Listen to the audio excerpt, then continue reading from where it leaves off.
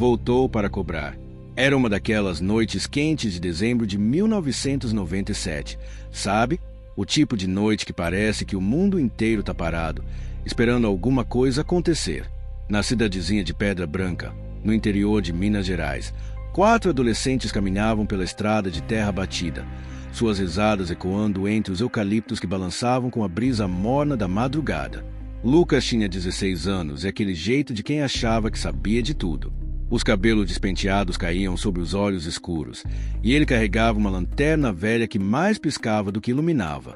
Clara, também de 16, era a mais cautelosa do grupo. Sempre foi assim, desde pequena.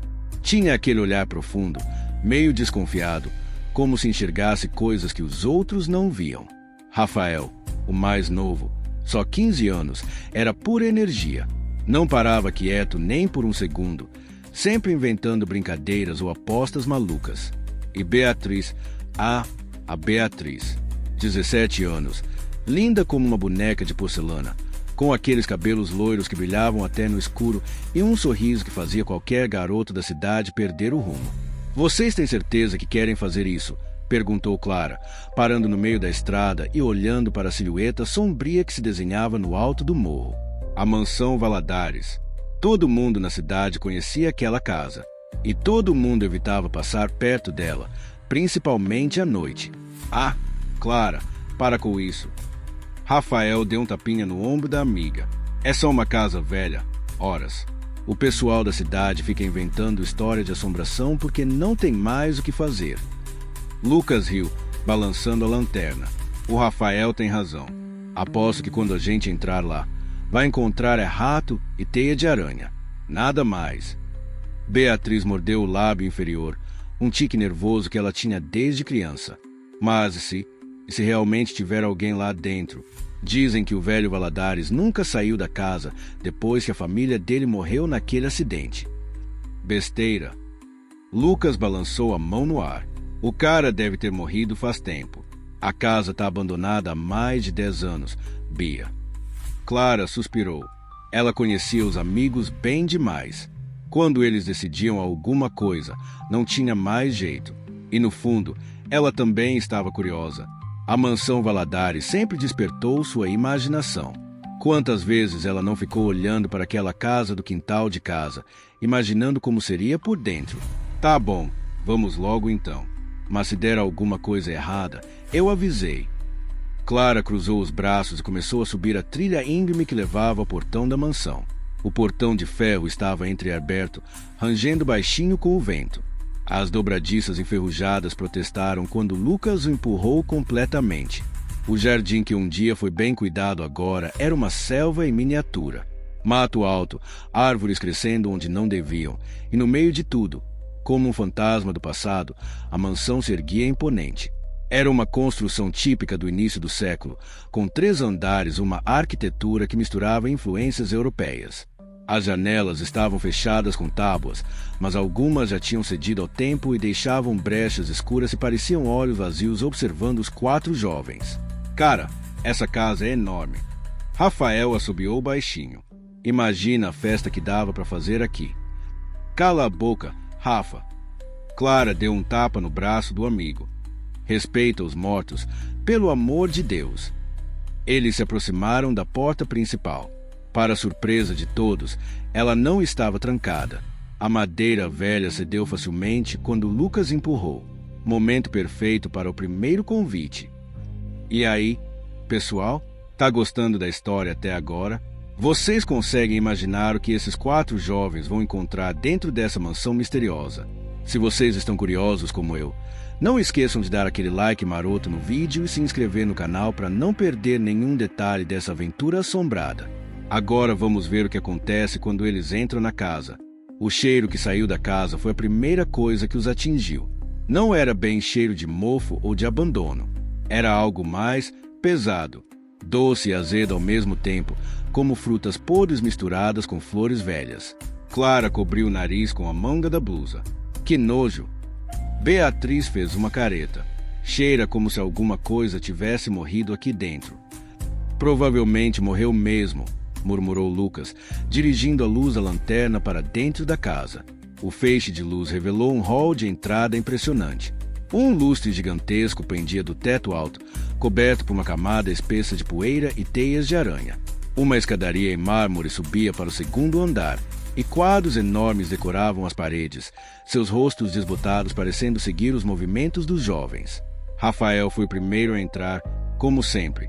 Vem, gente, olha só que luxo esse lugar devia ter. Um por um, eles entraram na mansão. O assoalho de madeira rangia sob seus pés, e cada passo ecoava pelo espaço vazio. Clara sentia os cabelos da nuca se arrepiarem. Havia algo estranho naquele lugar. Uma energia pesada, como se o ar fosse mais denso. Olhem isso aqui. Beatriz apontou para uma mesa no centro do hall. Sobre ela havia várias velas derretidas, formando poças de cera de diferentes cores. Essas velas não parecem tão velhas assim. Lucas se aproximou e passou o dedo na cera. Você tem razão. Isso aqui é recente. Alguém esteve aqui não faz muito tempo. Um arrepio percorreu o grupo. Se alguém ainda frequentava a casa, talvez não estivessem sozinhos. A gente devia ir embora, sussurrou Clara. Isso não está certo. Calma, Clara. Rafael explorava os cômodos ao redor do hall. Pode ser que seja só algum morador de rua que encontrou abrigo aqui. Ou sei lá, alguém que vem fazer ritual de macumba. Não fala assim das coisas sagradas dos outros, Rafael. Beatriz o repreendeu. Cada um tem sua fé. Pessoal, venham ver isso aqui. A voz de Lucas ecoou do que parecia ser uma biblioteca. Os outros se juntaram a ele. A biblioteca era um espetáculo à parte. Estantes que iam do chão ao teto, repletas de livros antigos. Mas o que chamava atenção mesmo era a mesa no centro da sala. Sobre ela, espalhados de forma organizada, havia dezenas de fotografias antigas, recortes de jornal e documentos amarelados. Clara pegou uma das fotos. Era da família Valadares nos anos 50.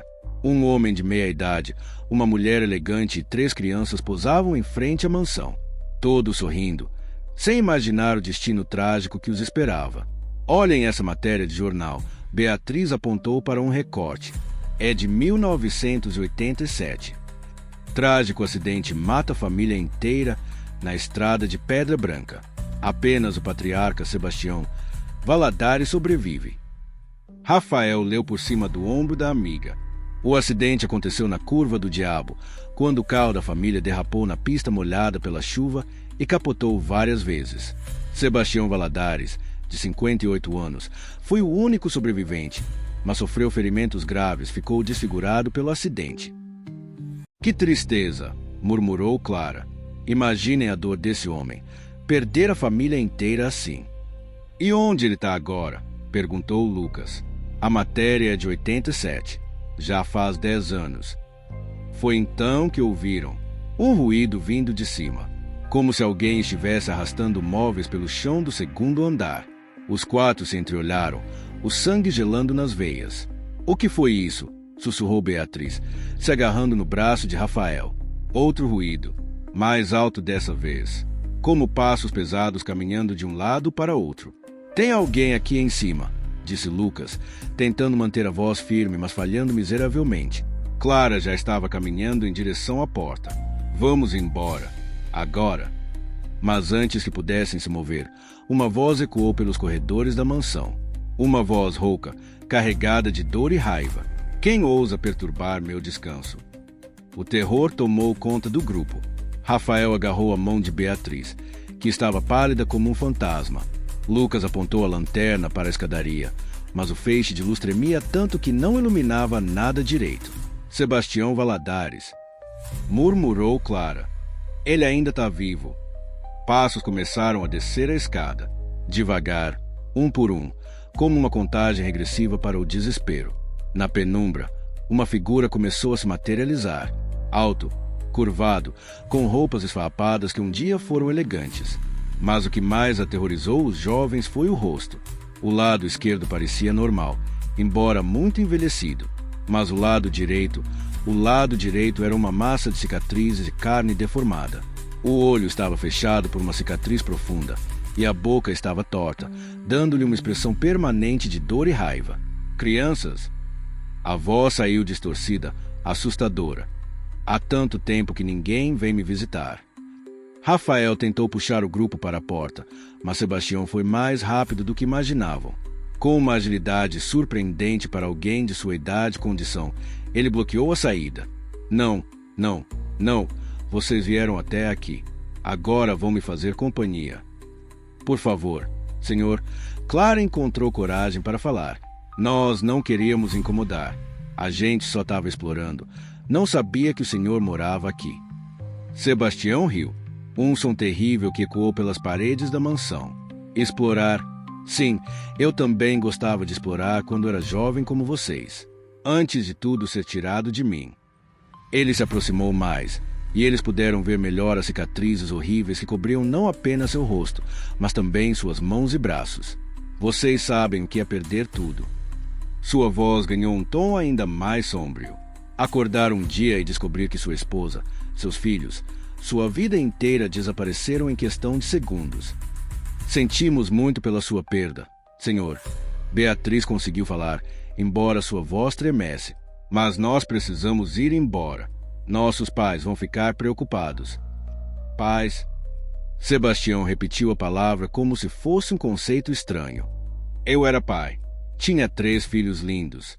Maria tinha 12 anos, adorava bonecas. João tinha 15, queria ser médico. E Ana, minha pequena Ana, tinha apenas 7 anos. Chamava-me de papai do coração.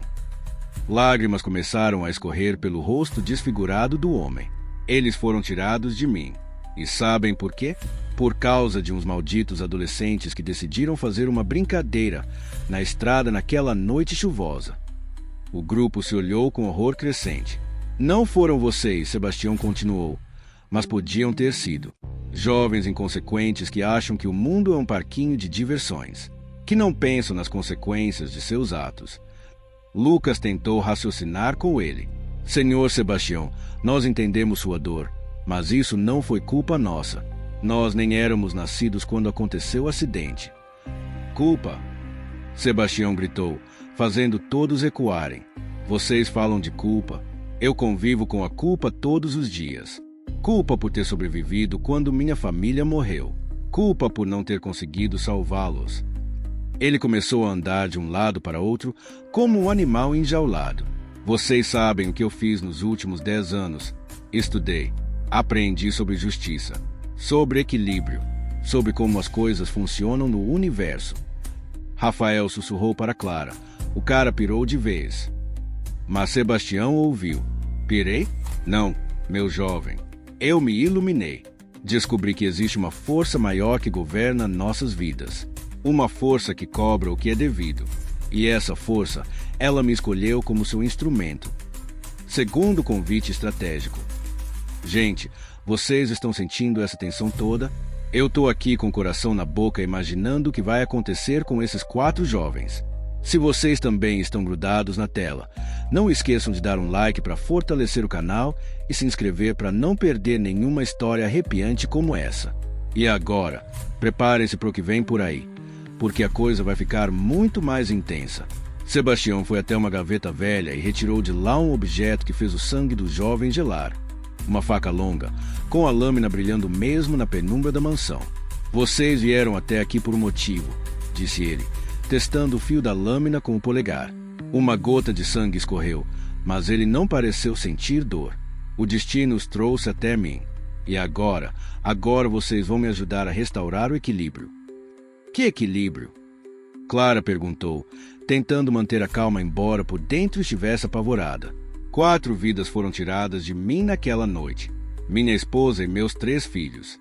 4 vidas jovens, cheias de sonhos e esperanças. Agora, 4 vidas jovens apareceram na minha porta. Não é uma coincidência, é justiça cósmica. Rafael explodiu. O senhor tá louco. A gente não tem nada a ver com o que aconteceu com sua família. Tem sim. Sebastião se virou para ele com os olhos injetados de sangue. Vocês representam tudo o que meus filhos nunca puderam ser. Adolescentes livres, aventureiros, com a vida inteira pela frente. É uma afronta à memória deles. Lucas tentou se posicionar entre Sebastião e os amigos. Olha, senhor Sebastião, o senhor perdeu sua família E isso é terrível. Mas matar a gente não vai trazê-los de volta. Não vai trazer, Sebastião concordou, mas vai equilibrar as contas e vai garantir que eles tenham companhia no além. Foi então que Beatriz, numa demonstração de coragem que surpreendeu a todos, deu um passo à frente. E se a gente fizer um acordo com o senhor? Sebastião parou, intrigado. Que tipo de acordo? A gente promete guardar segredo sobre o senhor estar aqui. Promete nunca contar para ninguém. Em troca, o senhor deixa a gente ir embora. Os outros três olharam para Beatriz como se ela tivesse enlouquecido. Mas ela continuou. O senhor quer paz, não é? Quer ficar sozinho com suas memórias? Se a gente contar que o senhor está vivo, vai vir um monte de gente aqui. Polícia, assistente social, médicos. O senhor vai ser tirado daqui e internado em algum lugar. Mas se a gente prometer nunca falar nada... Sebastião considerou a proposta, balançando a faca na mão. Uma promessa? Sim, isso tem poder. Mas como eu posso confiar que vocês vão cumprir? Porque a gente vai fazer um juramento, disse Beatriz, olhando para os amigos em busca de apoio. Um juramento de sangue. Um pacto sagrado que nenhum de nós pode quebrar. Clara entendeu imediatamente o plano da amiga e entrou na conversa. Isso mesmo. Um pacto que, se for quebrado, trará consequências terríveis para quem quebrar. Sebastião riu novamente, mas dessa vez o som não era tão assustador. Era quase esperançoso. Um pacto de sangue. Interessante. Faz tempo que não ouço falar dessas coisas. Minha avó costumava contar histórias sobre pactos assim. Então o senhor aceita? Perguntou Rafael, mal acreditando que podia haver uma saída para aquela situação. Aceito, mas com condições. Sebastião apontou a faca para cada um deles. Primeiro, vocês nunca, mas nunca mesmo, podem contar que me viram aqui. Para ninguém. Nem família, nem amigos, nem namorado futuros. Segundo, se algum de vocês quebrar a promessa, todos pagarão o preço. Terceiro, o pacto só pode ser desfeito se todos os quatro concordarem unanimemente. E qual seria o preço se alguém quebrasse? Lucas perguntou, embora já temesse a resposta. Sebastião sorriu com sua boca torta. A morte de todos os quatro, porque um pacto de sangue liga os destinos para sempre. O silêncio tomou conta da biblioteca. Os quatro jovens se entreolharam, pesando a situação. Era a única chance que tinham de sair dali vivos. A gente aceita, disse Clara finalmente. Ótimo. Sebastião se aproximou da mesa e limpou um espaço entre as fotografias. Então vamos fazer esse pacto direito. Cada um vai cortar a palma da mão e deixar cair uma gota de sangue neste papel. Depois vão repetir as palavras que eu disser. Ele pegou um pedaço de papel antigo e colocou no centro da mesa. Com a ponta da faca, fez um pequeno corte na própria palma e deixou uma gota de sangue cair sobre o papel. Agora vocês. Um por um, os jovens repetiram o ritual. Lucas primeiro, tentando demonstrar coragem. Depois Rafael, pálido mas determinado. Clara hesitou um pouco, mas sabia que não havia escolha. E por fim Beatriz, que tinha sido a autora da ideia. Quando as 5 gotas de sangue se misturaram no papel, Sebastião começou a falar palavras em uma língua que nenhum deles reconheceu. Parecia latim misturado com algo mais antigo, mais primitivo. Agora repitam comigo, disse ele. Pelo sangue derramado esta noite, pela escuridão que testemunha nosso juramento, nós nos unimos em um pacto sagrado. Que nossa palavra seja nossa lei, que nosso silêncio seja nossa proteção, que nossa lealdade seja nossa força. Se algum de nós quebrar esta promessa, que pague com a vida e arraste consigo todos os outros. Assim foi selado, assim será cumprido. Os 4 repetiram as palavras, suas vozes ecoando pela mansão como um coro sombrio. Quando terminaram, uma sensação estranha os envolveu. Era como se algo tivesse mudado no ar ao redor deles, como se uma força invisível tivesse se manifestado. Sebastião pegou o papel com o sangue e o guardou cuidadosamente em uma gaveta. Está feito. O pacto foi selado. Agora vocês podem ir. Eles não precisaram ser avisados 2 vezes. Saíram correndo da mansão como se fossem perseguidos pelo próprio demônio. Só pararam quando chegaram na estrada principal, ofegantes e ainda em choque. Cara, eu não acredito que a gente saiu viva de lá, disse Rafael, apoiando-se em um poste de luz. A Bia foi genial. Lucas deu um tapinha no ombro da amiga. Se não fosse por você. Beatriz estava quieta, pensativa. Vocês acham que aquilo foi real? O pacto, digo. Real ou não? Clara olhou de volta para a mansão no alto do morro. A gente prometeu. E uma promessa é uma promessa. É verdade, concordou Rafael. Além do mais, quem ia acreditar na gente mesmo? Ah, encontramos um cara desfigurado vivendo sozinho numa mansão abandonada e fizemos um pacto de sangue com ele. Iam achar que a gente tinha fumado alguma coisa. Eles riram nervosamente, mas no fundo todos sabiam que aquela noite tinha mudado algo entre eles. Havia uma ligação agora, um segredo compartilhado que os uniria para sempre. Promessas são promessas, repetiu Clara. Vamos levar isso para o túmulo. E assim, naquela madrugada de dezembro de 1997, 4 adolescentes fizeram uma promessa que acreditaram que nunca teria consequências. Como estavam enganados. 25 anos depois, o despertador tocou às 6 da manhã, como sempre. Clara Martins, agora com 41 anos, estendeu o braço e desligou o aparelho com movimento automático. Mais um dia na vida de uma mulher que havia construído sua existência em torno da rotina e da previsibilidade. Levantou-se da cama, passou pelo espelho do quarto sem olhar direito para o próprio reflexo, um hábito que desenvolveu ao longo dos anos, e foi para o banheiro. A mulher no espelho não era mais a adolescente aventureira de 1997. Os cabelos castanhos agora tinham fios grisalhos que ela insistia em esconder com tintura. Rugas começavam a marcar os cantos dos olhos e havia uma expressão de cansaço permanente em seu rosto. Clara trabalhava como contadora em um escritório pequeno no centro de Belo Horizonte, para onde se mudará logo depois de terminar a faculdade. Nunca mais voltou a Pedra Branca. Nunca mais falou com Lucas, Rafael ou Beatriz. Era como se aquela noite na mansão tivesse criado uma barreira invisível entre eles e o resto de suas vidas. Tomou banho, vestiu um dos ternos cinza que compunham seu guarda-roupa, roupas práticas, sem cor, sem personalidade, e desceu para tomar café. Vivia sozinha em um apartamento pequeno no bairro da Savassi. Nunca se casou, nunca teve filhos. Quando as pessoas perguntavam por quê, ela sempre dizia que não era o tipo de pessoa para relacionamentos sérios. Mas a verdade era mais complicada. Como você se conecta verdadeiramente com alguém quando carrega um segredo que não pode contar? Como você constrói intimidade quando existe uma parte de você que precisa permanecer para sempre nas sombras? Estava terminando o café quando ouviu o barulho do carteiro no corredor. Clara não recebia muita correspondência, algumas contas, propagandas, nada de especial. Mas naquela manhã havia algo diferente na caixa de correio. Um envelope branco, sem remetente. Seu nome escrito à mão em uma caligrafia que ela não reconheceu.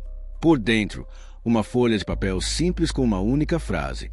Uma promessa foi feita e está na hora de cobrar. Clara sentiu como se o chão tivesse desaparecido sob seus pés. As mãos tremeram tanto que ela quase derrubou o papel.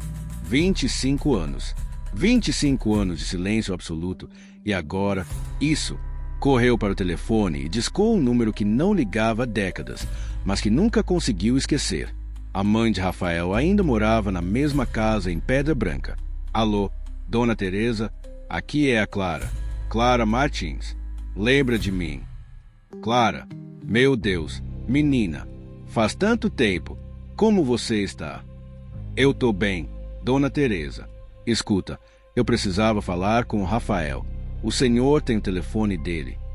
Silêncio do outro lado da linha. Um silêncio que fez o estômago de Clara se contrair. Clara, você não soube. Não soube o quê? Levantou-se da cama, passou pelo espelho do quarto sem olhar direito para o próprio reflexo, um hábito que desenvolveu ao longo dos anos, e foi para o banheiro. A mulher no espelho não era mais a adolescente aventureira de 1997. Os cabelos castanhos agora tinham fios grisalhos que ela insistia em esconder com tintura. Rugas começavam a marcar os cantos dos olhos e havia uma expressão de cansaço permanente em seu rosto. Clara trabalhava como contadora em um escritório pequeno no centro de Belo Horizonte, para onde se mudará logo depois de terminar a faculdade. Nunca mais voltou a Pedra Branca. Nunca mais falou com Lucas, Rafael ou Beatriz. Era como se aquela noite na mansão tivesse criado uma barreira invisível entre eles e o resto de suas vidas. Tomou banho, vestiu um dos ternos cinza que compunham seu guarda-roupa, roupas práticas, sem cor, sem personalidade, e desceu para tomar café. Vivia sozinha em um apartamento pequeno no bairro da Savassi. Nunca se casou, nunca teve filhos. Quando as pessoas perguntavam por quê, ela sempre dizia que não era o tipo de pessoa para relacionamentos sérios. Mas a verdade era mais complicada.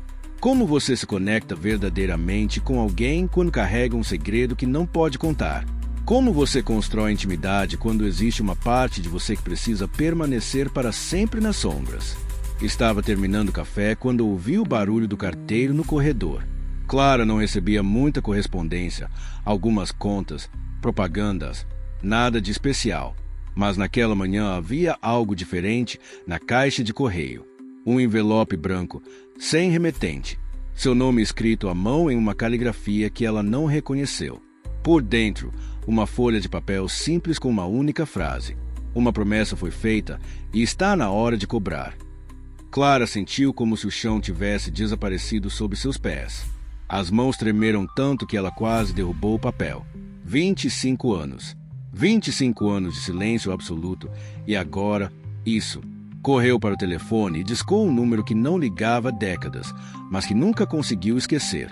A mãe de Rafael ainda morava na mesma casa em Pedra Branca. Alô, Dona Teresa, aqui é a Clara. Clara Martins. Lembra de mim? Clara, meu Deus, menina, faz tanto tempo. Como você está? Eu tô bem, Dona Teresa. Escuta, eu precisava falar com Rafael. O senhor tem o telefone dele. Silêncio do outro lado da linha. Um silêncio que fez o estômago de Clara se contrair. Clara, você não soube. Não soube o quê? O Rafael, ele desapareceu faz 3 dias. Pessoal, vocês estão sentindo esse arrepio que eu estou sentindo. A coisa começou a ficar muito séria. 25 anos depois, a promessa voltou para cobrar. Se vocês estão com o coração acelerado igual eu, deixe aquele like para mostrar que estão curtindo a história. E não esqueçam de se inscrever no canal porque essa narrativa ainda está só no começo. Agora vamos descobrir o que aconteceu com Rafael. Clara teve que se sentar. As pernas pareciam ter virado gelatina. Como assim desapareceu? Dona Teresa. Foi na segunda-feira de manhã. Ele não apareceu no trabalho, não atendeu o telefone. A esposa dele ficou preocupada e foi na casa dele.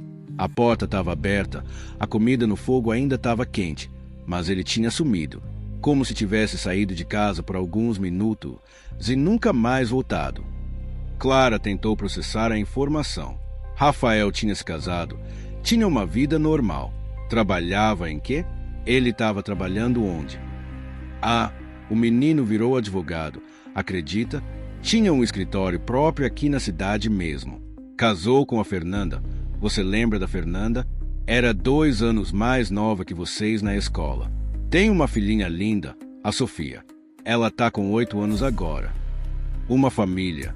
Rafael tinha construído uma família, uma vida, e agora tinha desaparecido. A polícia tá investigando. Tá sim, mas sabe como é, né?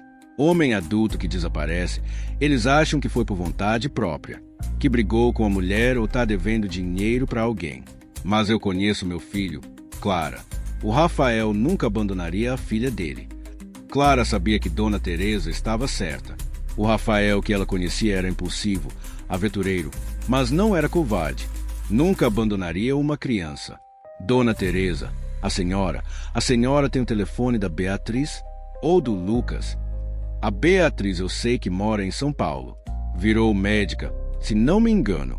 Mas o Lucas, ai, minha filha, ninguém sabe do Lucas faz anos. Depois que os pais dele morreram naquele acidente de carro em 2005, ele desapareceu. Vendeu a casa, pegou o dinheiro e sumiu no mundo. Mais informações para processar. Os pais de Lucas tinham morrido. Quando? Como? E por que ninguém tinha avisado os outros? Claro, como iam avisar se eles não mantinham contato? Dona Teresa, se a senhora souber de alguma coisa sobre o Rafael, por favor me liga, eu vou anotar meu número aqui. Depois de passar seus dados para Dona Teresa, Clara ficou sozinha no apartamento, olhando para a carta misteriosa. Uma promessa foi feita e está na hora de cobrar. Alguém sabia sobre aquela noite na mansão. Mas quem? Sebastião Valadares já devia ter morrido há anos. A menos que... Não podia ser. O homem já era velho em 1997. Agora, se estivesse vivo, teria mais de 80 anos. Clara passou o resto do dia tentando encontrar informações sobre Beatriz na internet. Não foi difícil. Doutora Beatriz Santos, ginecologista e obstetra, com consultório na região da Paulista. Havia até uma foto no site médico. Ela continuava linda, embora os anos tivessem deixado suas marcas. O cabelo loiro agora era mais curto e profissional, e havia uma seriedade em seu olhar que não existia quando eram adolescentes. Ligou para o consultório, mas a secretária disse que a doutora não atendia telefone pessoal no trabalho. Clara deixou recado, dizendo que era urgente, que se tratava de um assunto de pedra branca. 2 horas depois, seu telefone tocou. Clara, sou eu, Beatriz. A voz era diferente, mais madura, mais controlada, mas ainda reconhecível. Bia, graças a Deus você me ligou. Sua secretária disse que é sobre pedra branca. O que aconteceu? Clara hesitou. Como explicar? Você recebeu alguma carta estranha ultimamente? Silêncio do outro lado. Um silêncio longo demais. Beatriz, você tá aí? Recebi. A voz saiu como um sussurro. Há uma semana. A mesma frase que a sua, imagino. Rafael desapareceu. Eu sei. Beatriz pausou. Também recebi uma carta sobre isso, com uma foto dele amarrado numa cadeira. O sangue de Clara congelou. Como assim uma foto? Você avisou a polícia. E falar o quê? Que recebi uma foto anônima de um homem sequestrado. Eles iam querer saber como eu conheço ele, porque alguém me mandaria isso. E aí? Como eu explico nossa conexão sem falar sobre aquela noite?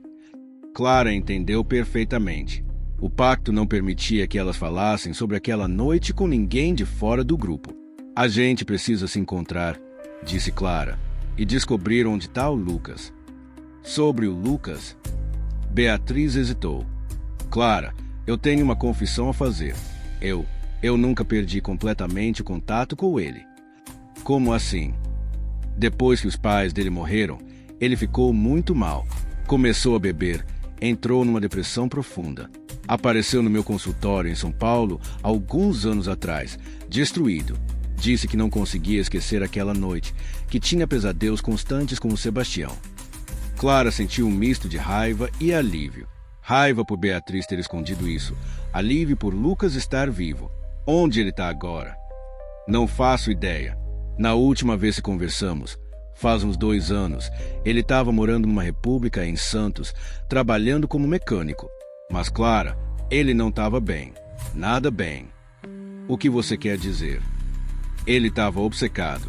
Dizia que o pacto era real, que Sebastião ainda estava vivo e que um dia viria cobrar a promessa. Eu achei que era paranoia por causa do álcool e da depressão, mas agora a gente sabe que ele estava certo. Clara fechou os olhos. Bia, você acha que o Lucas pode estar por trás disso? Ele sabia sobre o pacto melhor que qualquer um de nós. Não sei. Talvez. Ou talvez ele seja a próxima vítima.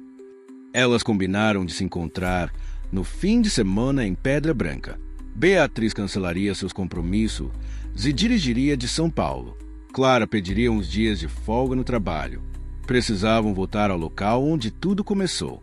Na sexta-feira à noite, Clara estava fazendo as malas quando recebeu outro envelope. Dessa vez havia mais que uma frase.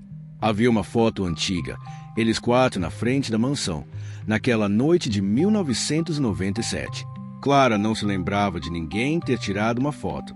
No verso, escritas com a mesma letra da primeira carta, as palavras: alguns segredos não podem ficar enterrados para sempre. E embaixo da foto, algo que fez seu sangue gelar. Mansão Valadares. Domingo, meia-noite. Venham sozinhas, o Rafael paga o preço. Clara tentou ligar para Beatriz, mas caiu direto na caixa postal. Mandou uma mensagem de texto urgente e passou a noite inteira sem dormir, olhando para aquela foto que não deveria existir. No sábado de manhã, dirigiu para Pedra Branca com o coração apertado de ansiedade. A cidadezinha parecia menor do que se lembrava, mais decadente. Muitas casas estavam vazias. Os jovens tinham migrado para cidades maiores em busca de oportunidades. Encontrou-se com Beatriz no único hotel da cidade, um lugar simples que nem existia na época da adolescência delas. Beatriz parecia tão abalada quanto Clara. Tinha olheiras profundas e as mãos tremiam ligeiramente. "Você também recebeu?" perguntou Clara, mostrando a foto. Beatriz assentiu e tirou um envelope idêntico da bolsa. "E não é só isso. Olha o que veio junto." Era outra foto. Rafael amarrado numa cadeira, com os olhos vendados, uma mordaça na boca. Ele parecia estar consciente, mas apavorado. No fundo da imagem, Clara reconheceu alguns móveis antigos da mansão Valadares. "Meu Deus!" sussurrou Clara. "Ele está mesmo na mansão." "Clara, eu preciso te contar uma coisa." Beatriz olhou ao redor do quarto do hotel, como se tivesse medo de ser ouvida. "Nos últimos 5 anos, eu venho recebendo sinais." "Que tipo de sinais?" "Fotos da mansão no meu consultório. Bilhetes estranhos deixados no meu carro. Uma vez, quando cheguei em casa, tinha uma gravação no meu atendedor de secretária eletrônica." "Gravação de quem?" "De nós 4, daquela noite. Nossas vozes repetindo o juramento do pacto." Clara sentiu o mundo girar. Como isso é possível? Ninguém gravou nada naquela noite. "Eu sei que parece impossível, mas eu ouvi. Era nossa voz, Clara, nossa voz de adolescente, repetindo aquelas palavras terríveis." Elas passaram o sábado tentando encontrar pistas sobre o paradeiro de Lucas, mas foi inútil. Ninguém na cidade tinha notícias dele há anos. Visitaram a antiga casa da família, agora ocupada por estranhos que não sabiam nada sobre o antigo morador.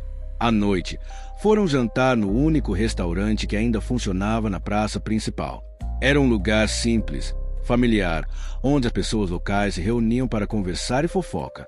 Foi lá que ouviram a conversa que mudou tudo. "Tá dizendo que viram luz na mansão Valadares de novo", dizia uma senhora para sua acompanhante. "Minha neta jura que viu alguém caminhando pelos corredores com uma lanterna." "Besteira", respondeu a outra. "Aquela casa está abandonada faz décadas." Mas a Joana não é de mentir. E não é a primeira vez que falam isso ultimamente. Clara e Beatriz se entreolharam. Alguém realmente estava na mansão. Depois do jantar, voltaram para o hotel e tentaram fazer planos para a noite seguinte. Não podiam simplesmente aparecer na mansão à meia-noite sem alguma preparação. "A gente devia avisar a polícia", disse Beatriz pela 10ª vez. "E falar o quê?" Clara rebateu. "Que tem um sequestrado uma mansão abandonada, mas não podemos explicar como sabemos disso porque fizemos um pacto de sangue há 25 anos. Quando você fala assim, parece loucura mesmo." "É loucura. Essa situação toda é uma loucura."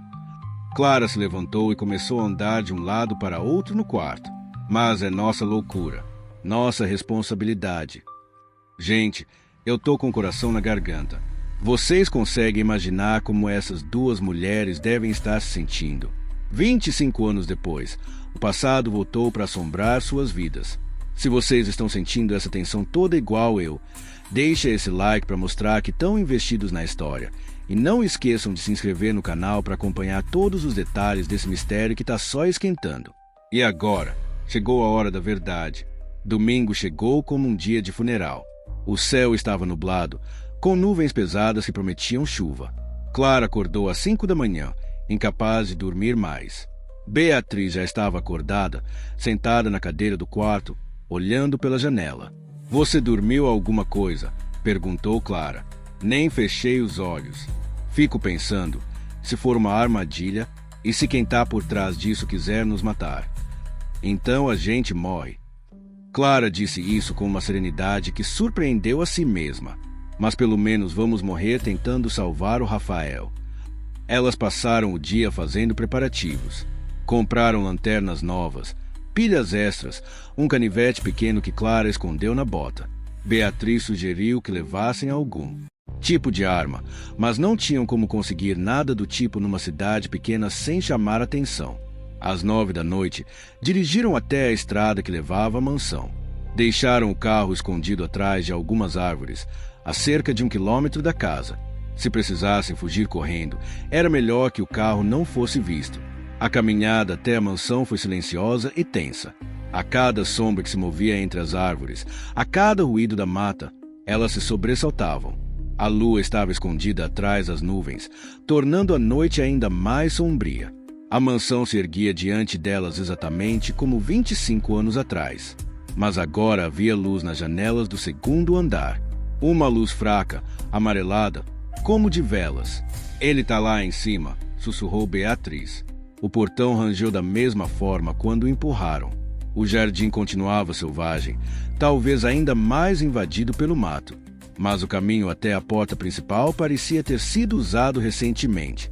A grama estava amassada, como se alguém passasse por ali regularmente. A porta da frente estava entreaberta.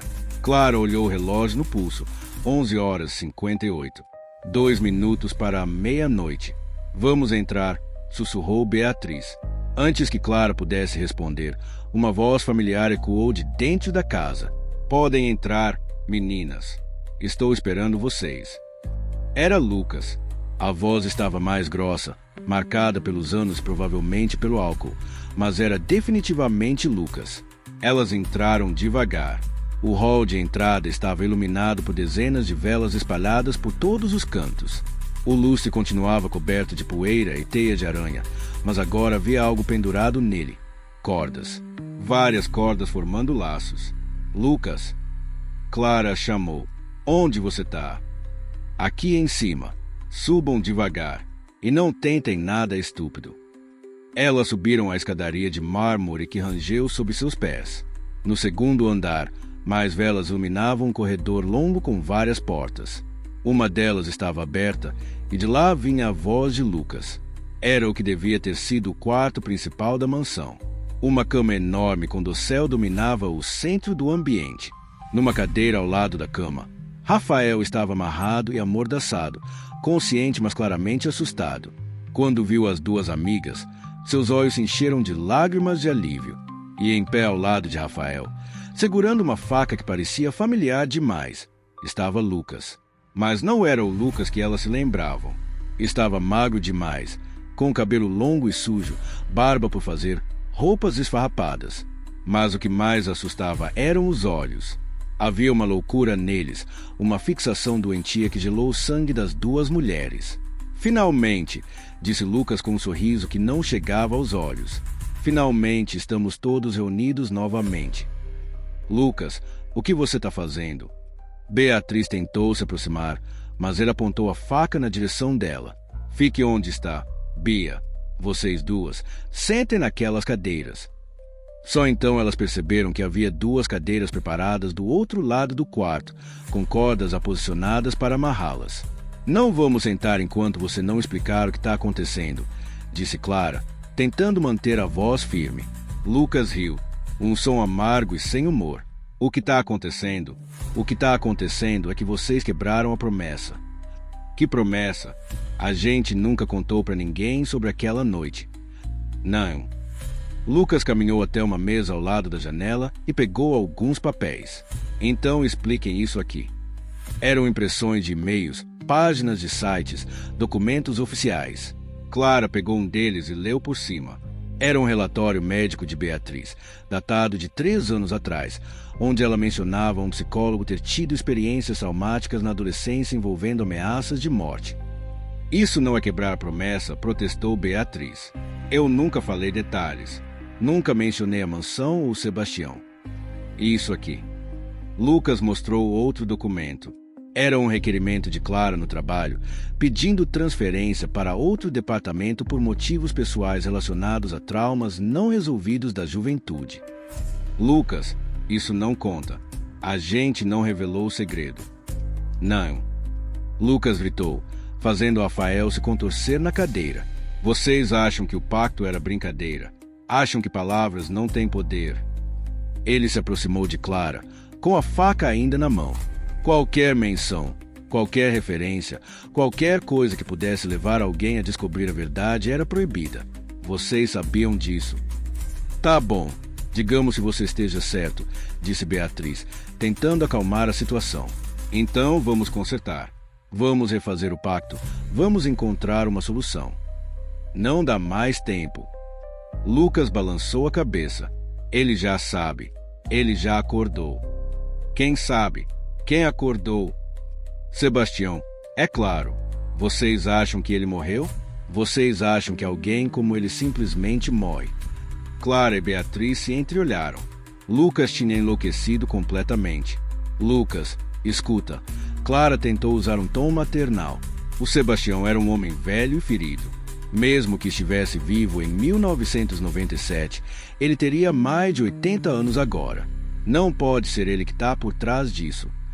Não pode. Lucas sorriu novamente, e dessa vez o sorriso era puramente maléfico. Então, como vocês explicam isso? Ele foi até um armário antigo e abriu as portas. Lá dentro havia dezenas de fotografias coladas nas paredes internas. Fotografias de todos eles ao longo dos anos. Clara saindo de casa para trabalhar.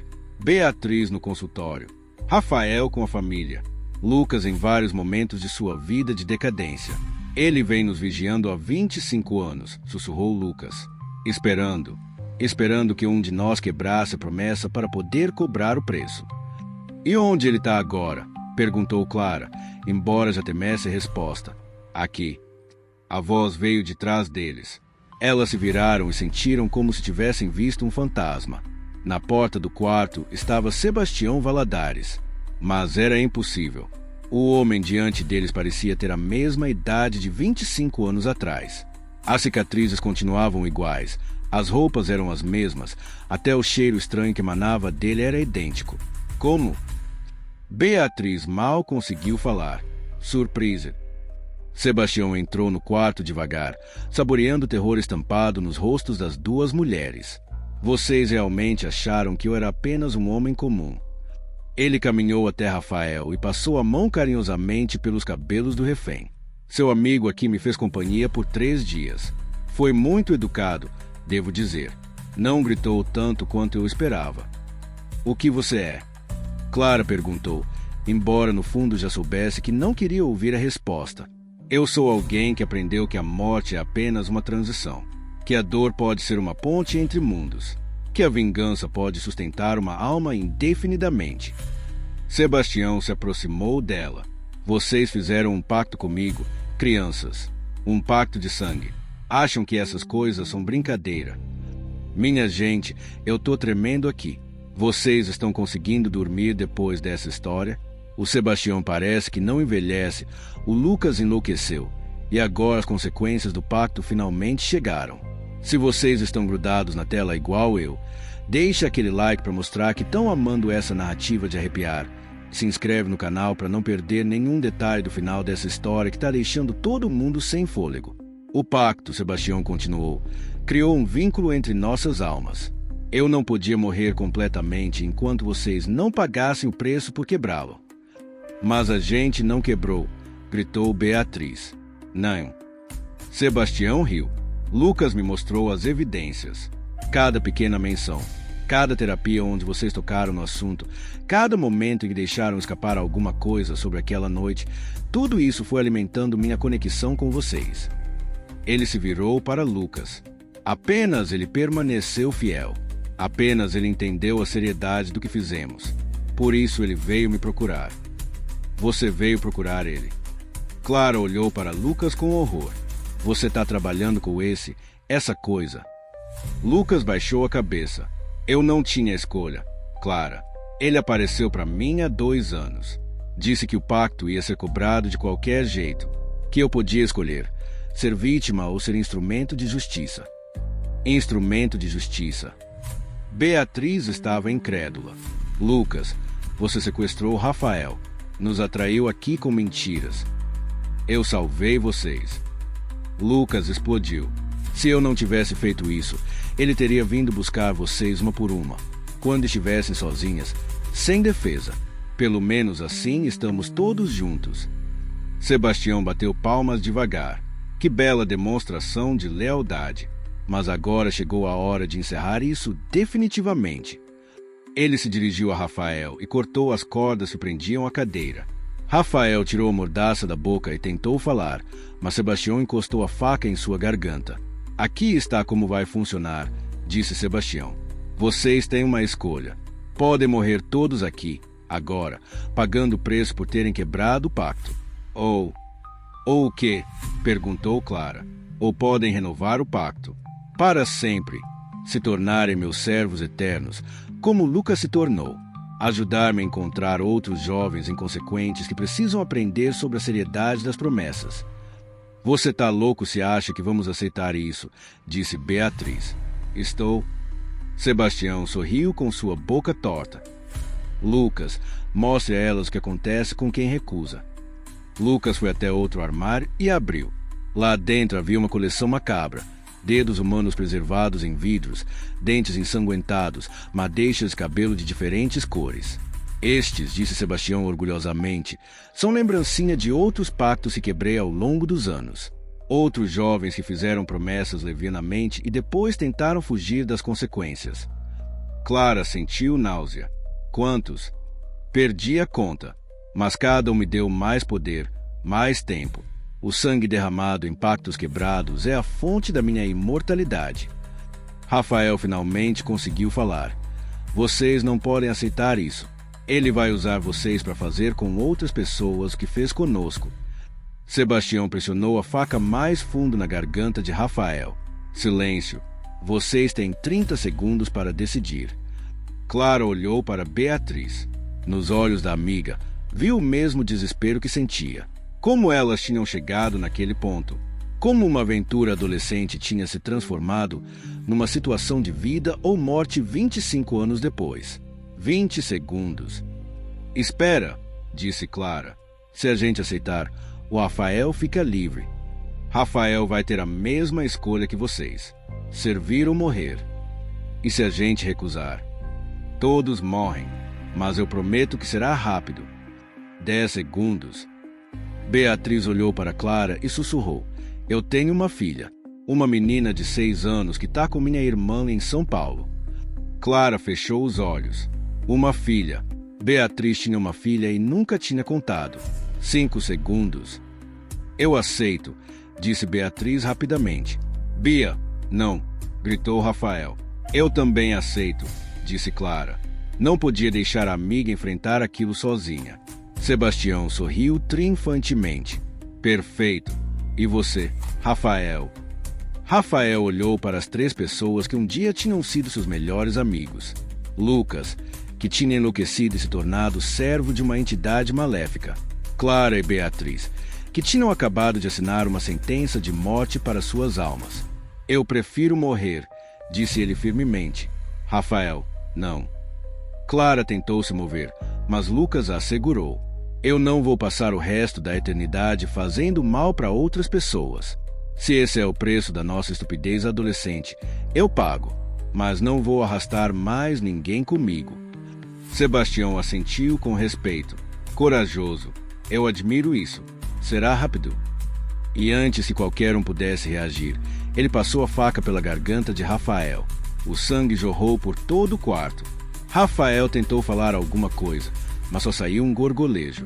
Seus olhos fixaram em Clara por um último momento e ela podia jurar que havia perdão neles. Rafael desabou no chão e ficou imóvel. Beatriz gritou.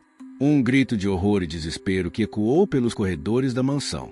Clara ficou paralisada, observando o sangue do amigo se espalhando pelo chão de madeira antiga. Agora, disse Sebastião, limpando a faca na própria roupa, vamos formalizar o novo pacto. Ele pegou o mesmo papel de 25 anos atrás, amarelado e manchado de sangue antigo. Vocês vão cortar as palmas das mãos e renovar o juramento. Mas dessa vez será eterno. Não haverá possibilidade de quebrar.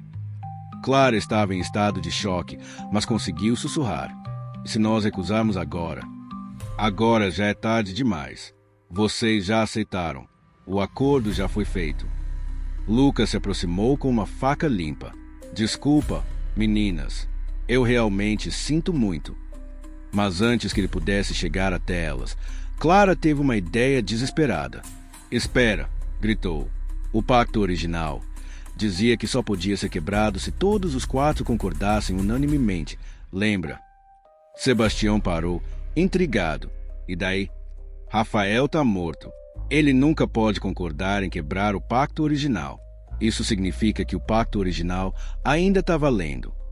Sebastião franziu a testa deformada. Não entendo aonde você quer chegar. Se o pacto original ainda está valendo, e se nós nunca realmente quebramos, porque nunca revelamos os detalhes específicos daquela noite, então você não tem direito de cobrar nada. Por um momento, o silêncio tomou conta do quarto. Sebastião parecia estar processando a lógica do argumento. Ela tem razão, sussurrou Beatriz. Tecnicamente, nunca quebramos o pacto original. Lucas balançou a cabeça. Não, vocês não entendem. Ele me explicou. Qualquer referência, mesmo indireta. Mas o pacto não dizia isso. Clara continuou. O pacto dizia: nunca revelaremos o que aconteceu aqui hoje. Nós nunca revelamos. Nunca contamos sobre você, sobre a mansão, sobre o ritual. Sebastião começou a ficar visivelmente irritado. Vocês estão tentando usar technicalities legais contra a magia ancestral.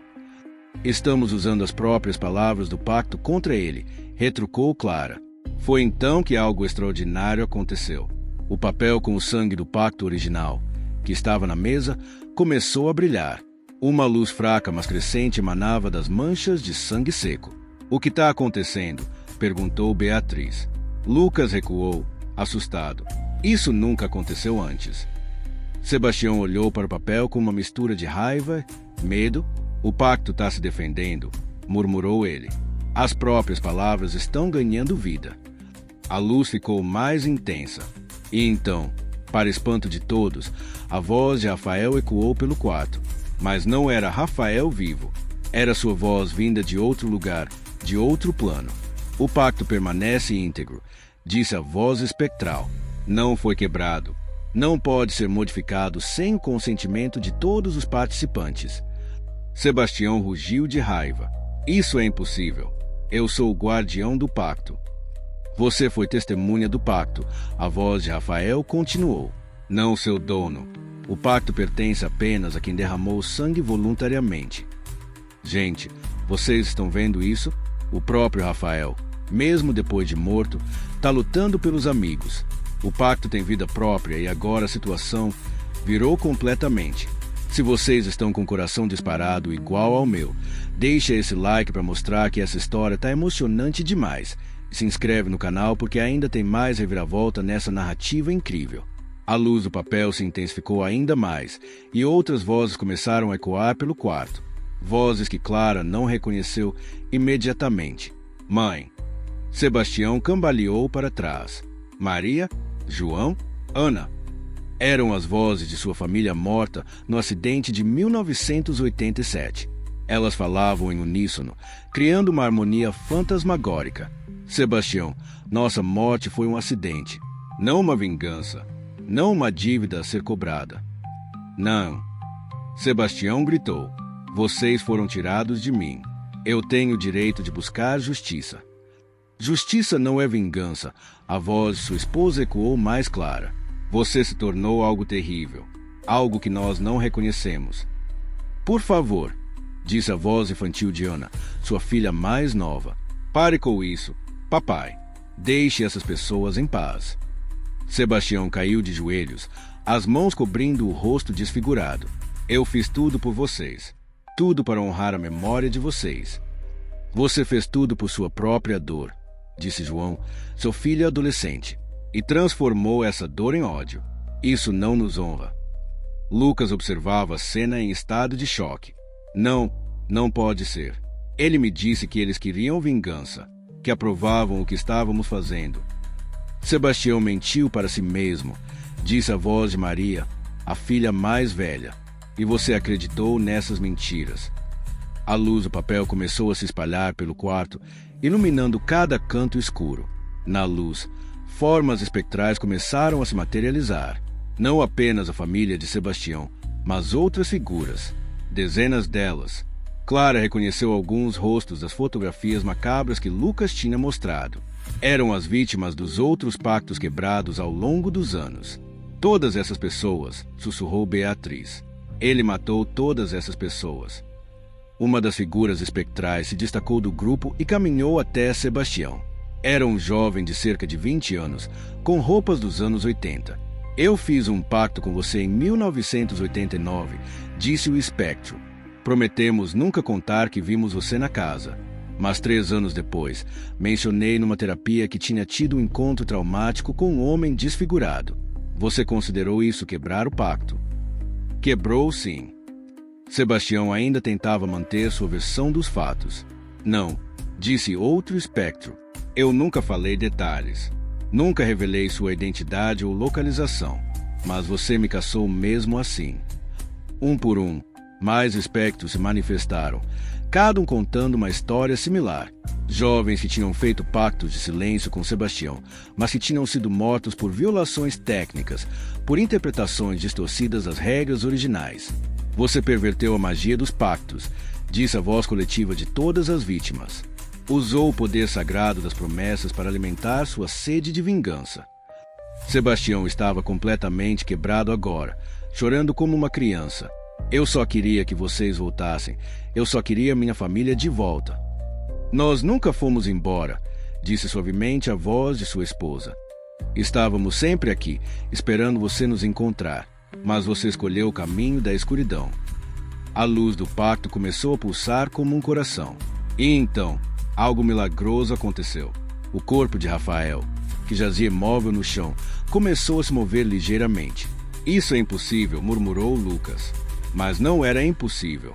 O sangue que havia escorrido do pescoço de Rafael estava voltando, as feridas se fechando. Em questão de minutos, ele abriu os olhos e se sentou, confuso mas vivo. O que aconteceu? Rafael tocou o próprio pescoço, onde não havia mais nenhum sinal de corte. O pacto, explicou Clara, ainda tentando entender. O pacto original não permitia que nenhum de nós morresse enquanto ele estivesse ativo. E como nunca foi realmente quebrado. Eu não podia morrer de verdade. Rafael completou o raciocínio. O pacto me trouxe de volta. Sebastião olhou para Rafael com uma mistura de horror e fascínio. Isso significa que você nunca teve o direito de cobrar nada, disse Beatriz. Que tudo isso foi baseado numa mentira que você contou para si mesmo. A família espectral de Sebastião se aproximou mais dele. Sua esposa estendeu uma mão translúcida em direção ao marido. Venha conosco, meu amor. É hora de descansar. É hora de nos encontrar de verdade. Mas eu fiz coisas terríveis. Matei pessoas inocentes. E agora você pode se redimir, disse Ana, a filha mais nova. Você pode desfazer o mal que causou. Sebastião olhou para as dezenas de espectros ao redor do quarto. Como? Libertando-nos, disse o jovem dos anos 80.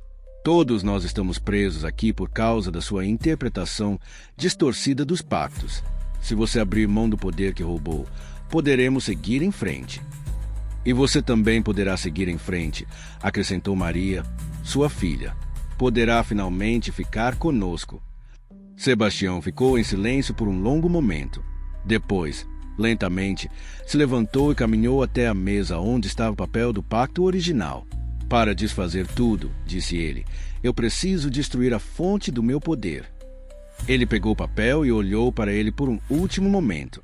25 anos de vingança distorcida, décadas de dor transformada em ódio, tudo resumido naquelas manchas de sangue seco. Eu declaro todos os pactos nulos e sem efeito, disse Sebastião solenemente. Liberto todas as almas que prendi com minha interpretação errada da magia ancestral e peço perdão por todo o mal que causei. Ele rasgou o papel ao meio. A luz que emanava do documento explodiu em uma claridade cegante. Clara, Beatriz, Rafael e Lucas tiveram que cobrir os olhos. Quando a luz finalmente diminuiu, Sebastião tinha desaparecido. Mas não estava sozinho. Todas as figuras espectrais, incluindo sua família, também haviam desaparecido. O quarto estava vazio, silencioso, com apenas o cheiro de velas derretidas no ar. Acabou? Perguntou Rafael, ainda tocando o pescoço onde tinha certeza de que havia sido cortado.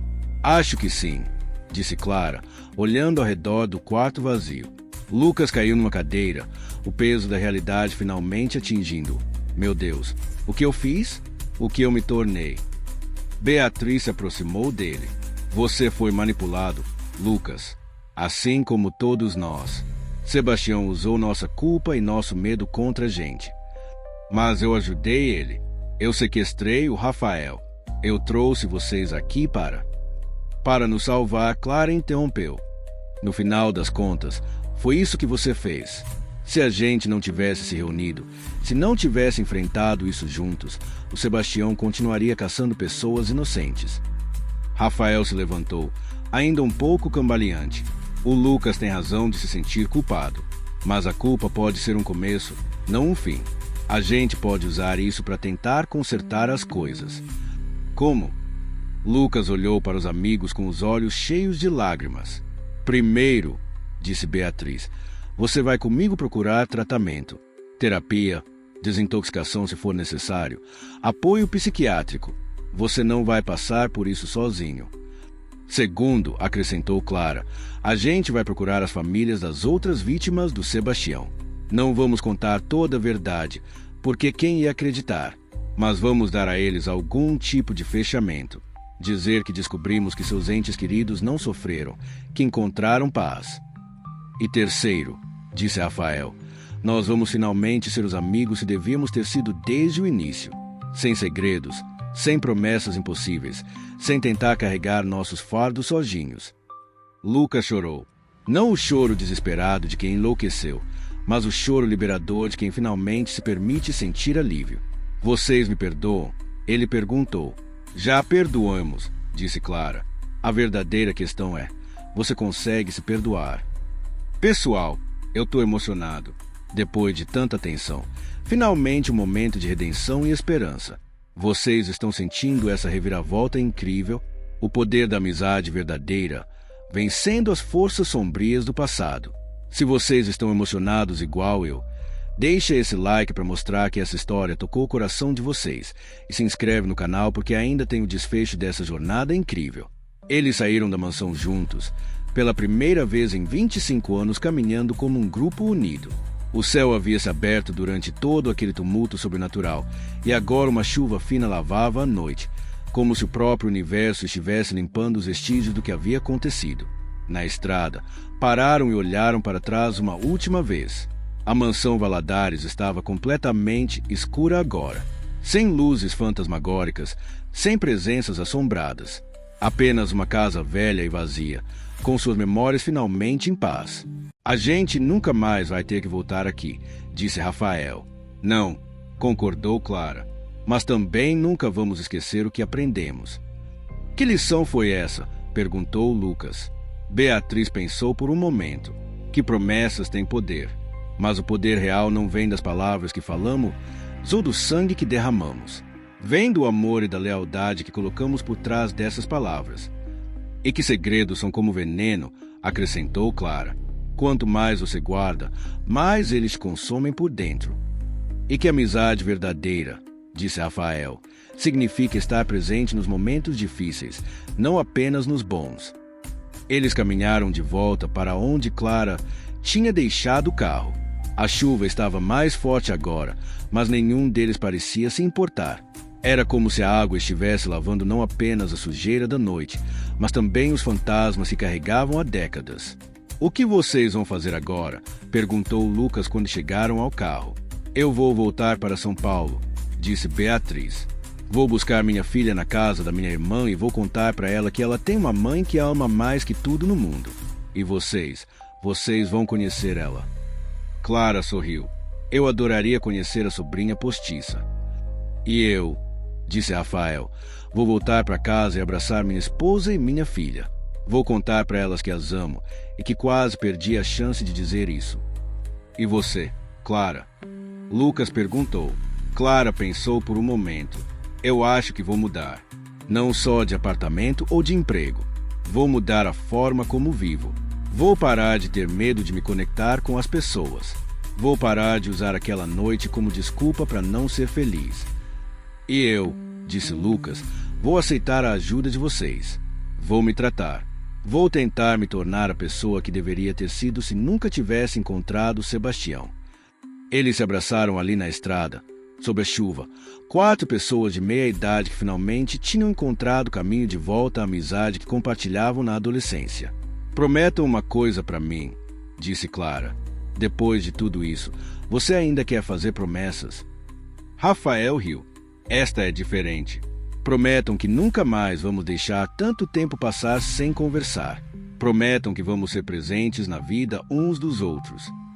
Prometo, disse Beatriz. Prometo, disse Rafael. Prometo, disse Lucas. Então está prometido, disse Clara. Mas desta vez é uma promessa feita com amor, não com medo. Nos meses que se seguiram, eles mantiveram essa promessa. Lucas se internou numa clínica de reabilitação em São Paulo, onde Beatriz podia visitá-lo regularmente. Clara pediu transferência para a filial paulista de sua empresa de contabilidade e Rafael começou a fazer viagens frequentes entre Pedra Branca e São Paulo para manter o grupo unido. Eles se tornaram uma família escolhida. Lucas foi padrinho na renovação de votos de Rafael e Fernanda. Clara se tornou madrinha da filha de Beatriz, Sofia, que, descobriram, tinha sido concebida depois de um relacionamento breve que Beatriz nunca tinha contado aos amigos. Beatriz ajudou Lucas a montar um pequeno negócio de mecânica quando ele saiu da reabilitação. A mansão Valadares foi demolida 6 meses depois. A prefeitura de Pedra Branca decidiu que a estrutura estava muito deteriorada e representava um perigo. No lugar, construíram uma pequena praça com bancos e árvores.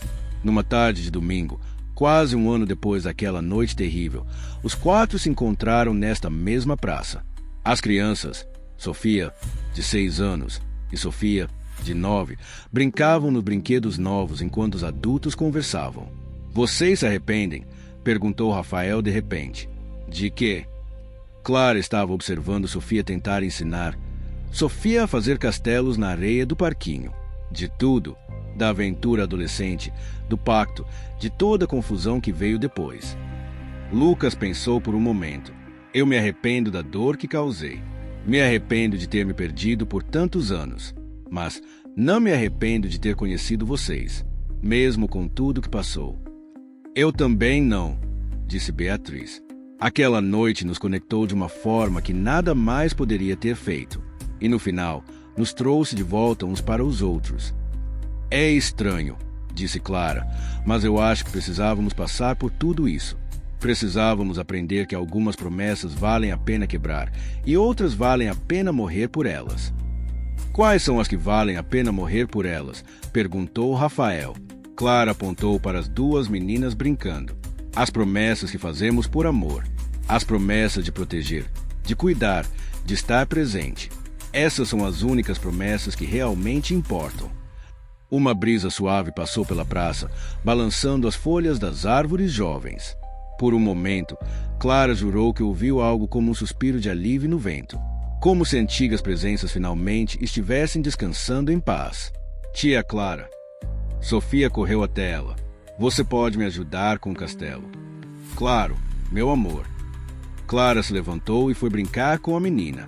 Rafael observou a cena com um sorriso. Sabe o que é engraçado? A gente passou 25 anos com medo de que o passado viesse nos buscar.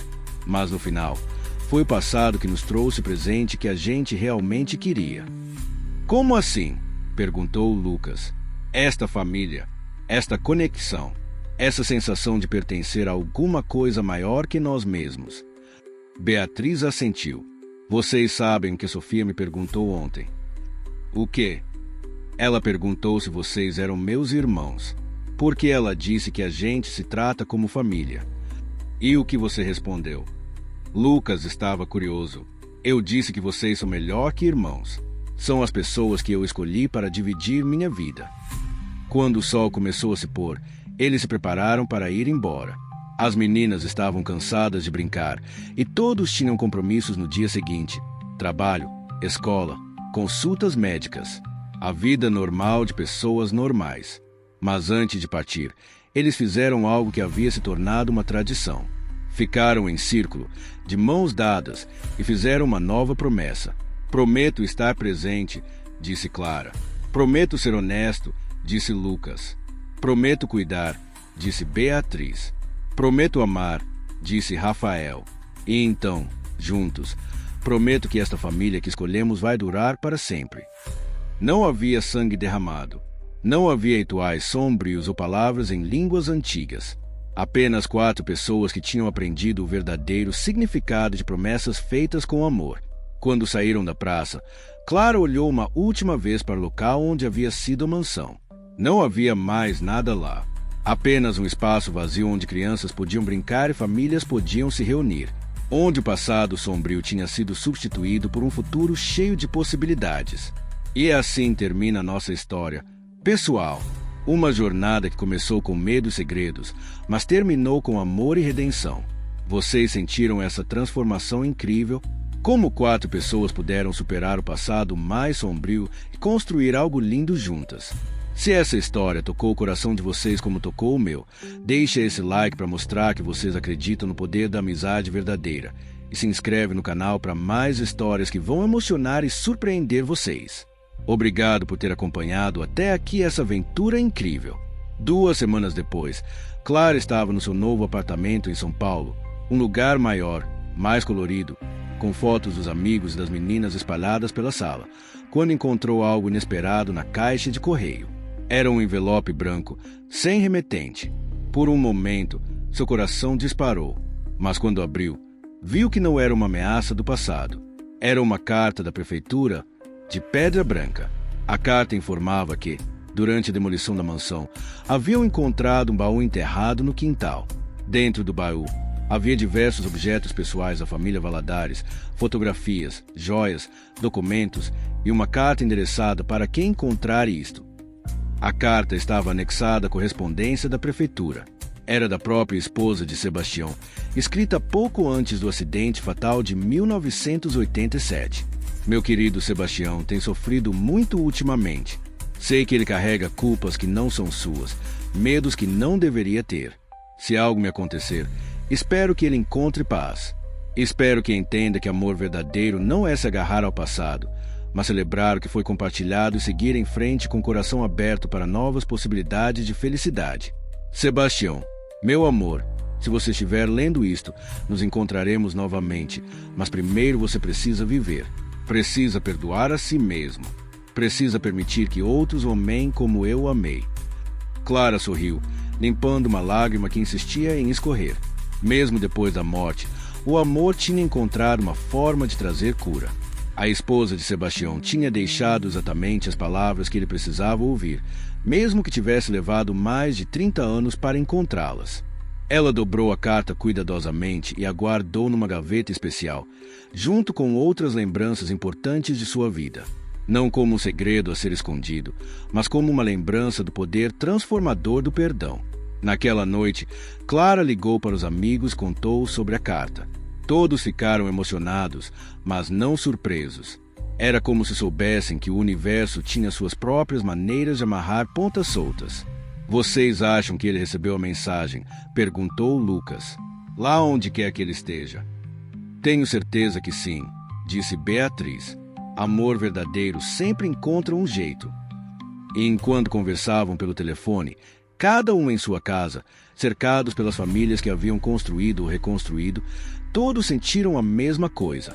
Uma sensação profunda de que tudo estava exatamente como deveria estar. As promessas feitas no passado tinham finalmente sido cumpridas, não da forma como imaginaram quando eram adolescentes assustados numa mansão sombria, mas a forma como o universo havia planejado desde o início. Eles tinham prometido nunca revelar o que aconteceu naquela noite. E nunca revelaram, pelo menos não da forma literal que imaginavam. Mas o que realmente aconteceu naquela noite não foi o encontro com Sebastião ou o ritual de sangue. O que realmente aconteceu foi que 4 jovens descobriram que, às vezes, os momentos mais assustadores de nossas vidas são também os que nos conectam mais profundamente uns aos outros. E essa conexão Essa promessa não dita de sempre se importarem uns com os outros, essa foi a única promessa que realmente importava. Essa foi a promessa que eles mantiveram por toda a vida.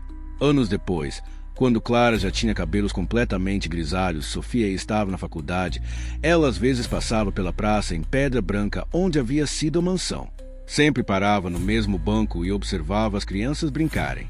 Um dia, uma menina de uns 10 anos se aproximou dela.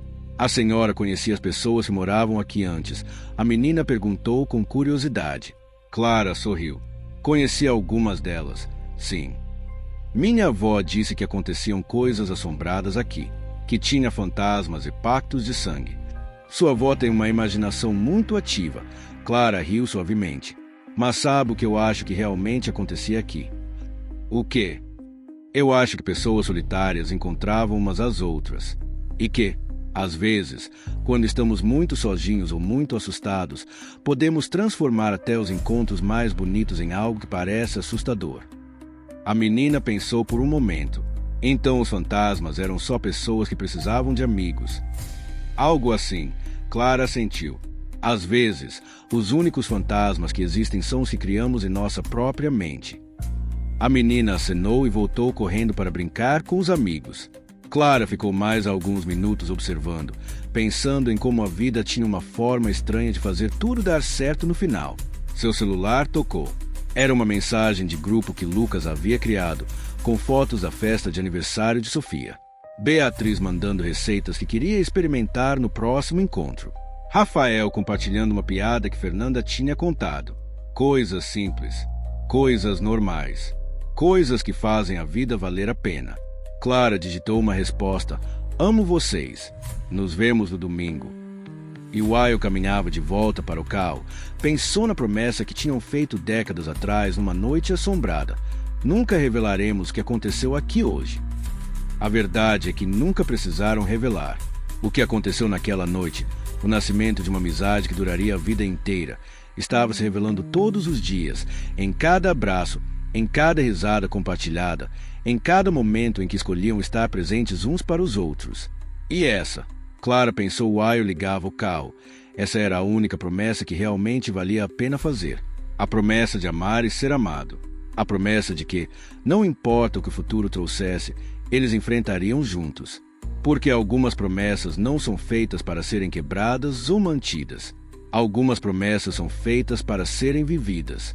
E eles viveram a deles todos os dias, para o resto de suas vidas. Fim. Promessas nunca morrem.